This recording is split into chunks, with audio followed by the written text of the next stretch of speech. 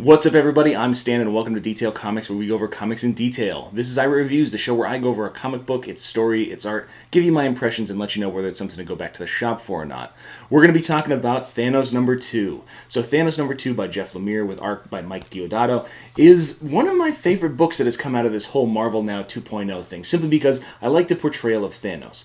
So if we jump into the story, what we see is that there's a world out there, a world of, harmony and medicine and things like that. This world, Nulla, is renowned across the galaxy for its medicinal healing properties. There's no real technology. People live in harmony with nature. It's one of easily the most peaceful planets that's known inside the cosmos. That is until somebody makes his arrival looking for a cure. And that would be Thanos. And Thanos is pissed. So basically what these guys have on this planet is no solutions for Thanos, and ultimately that causes Thanos to absolutely destroy the individuals that live here. So these elders can't really cure him, and that's a real big frustrating point for Thanos, and he takes it out on the entire population of the planet. After watching Thanos destroy one of the most peaceful planets in the cosmos, we make our way over to Nebula, and Nebula's doing herself a little bit of space pirating. These two folks that are kind of piloting the ship through space, they've got cargo for the Collector, which Nebula really needs to get her hands on. She breaks into the hull, goes, steals it, and then ultimately she's just like, oh, well, I guess I'm going to have to blow up the ship, takes it out of its kind of security harness, and gets ready to bolt. And who does she run into? Starfox. So Starfox is waiting there, and you can see Tryco in the background on their ship, basically there to collect Nebula for this kind of meeting of the minds that has been organized by Thane. Once we leave these guys to their devices, we make our way over to a Shi'ar colony, which is essentially a home for Mentor and all the scientists of the galaxy that are looking to do research in protected Shi'ar space. And of course, Thanos has to come calling because, well, Mentor's his father, and he's looking for solutions. Why not one of the smartest people in the galaxy, his own dad? And while Mentor has some choice words for his son, basically saying that he's something that should have been destroyed at birth, basically smothered at his own hands, we do see him under the threat of destruction of every single person that's at this current science facility, that he will help out Thanos and try to solve the quandary, the question, what is really plaguing the Mad Titan. As this is going on, we bounce back over to Nebula, Tryco, and Starfox, who are making their way to see Thane, before we get to the final situation where Thane is going to, he's going to monologue a little bit, but really this is him relaying his plan to destroy Thanos. And, Nebula, Starfox, they all have their own individual parts. Starfox is an Avenger. He used to be a great individual. He used to be a man of power and a man of respect, but now he's just kind of like whoring his way across the galaxy, where Tryco is looking for the kind of valor of defeating one of the most powerful entities in the universe. Truly, he would become a champion at that point in time. And Nebula's really just frustrated with her dad, so she's going to work out some daddy issues. And if you want to know about Nebula's daddy issues, check out Gamora number 1, because it's one of the most funny situations where Thanos is a pops.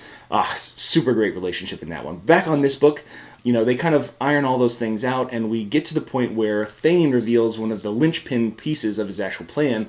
That is, they have to steal something from Terrax the Terrible. When we finish up with Thane and his minions over there, we come back to Mentor and Thanos, and Mentor really reveals that Thanos is being plagued by some sort of god cancer, and this isn't really uncommon simply because he's been outside of all of eternity for quite some time. So after Secret Wars, he was banished out there by God Doom, destroyed essentially, cast into the darkness, and then came back, where he kind of went for the Cosmic Cube. He was imprisoned by the Ultimates, and now he's finally out there. And we don't necessarily know how he escaped, but it's one of those situations where this isn't really something that's surprising. But Thanos is freaking out because there's no solution to this god cancer.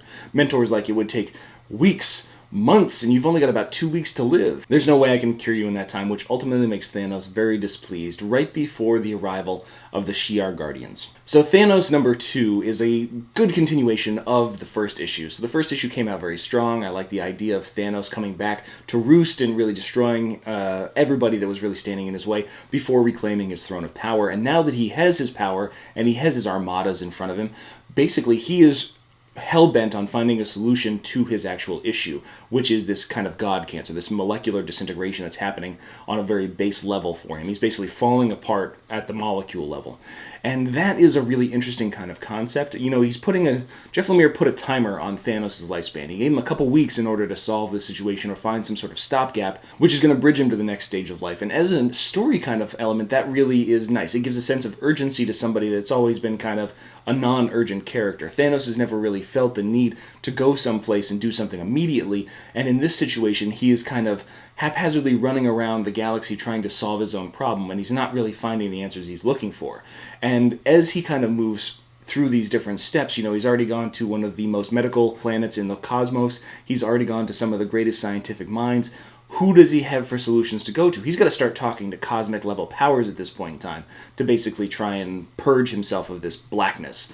And it's really well enhanced by Mike Deodato's art. I like his portrayal of Thanos. He's like this giant hulking mass of purple man, and it's awesome. I really like that. It's grim, it's gritty, and even when he's doing Nulla, which is a very peaceful and serene, the lightness of the colors, the way that he's blocking the overall, art scheme of this entire book is fantastic. So Thanos number 2 might not be what people are looking for out of a Thanos book. It's got rampant destruction, which is fantastic. It's got a cool kind of team up on the hero side of Starfox, Tryco, Thane, Nebula, as well as Mistress Death, who wasn't in this issue.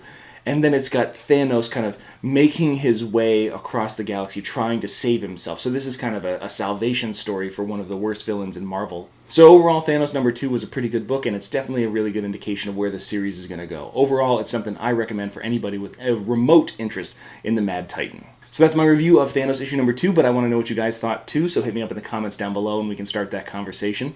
As always, if you like what you see, hit the like button. Don't forget to subscribe right there to get more news, reviews, and commentary on comic books, comic book movies, comic book TV shows and games, and anything and everything inside the world of comics.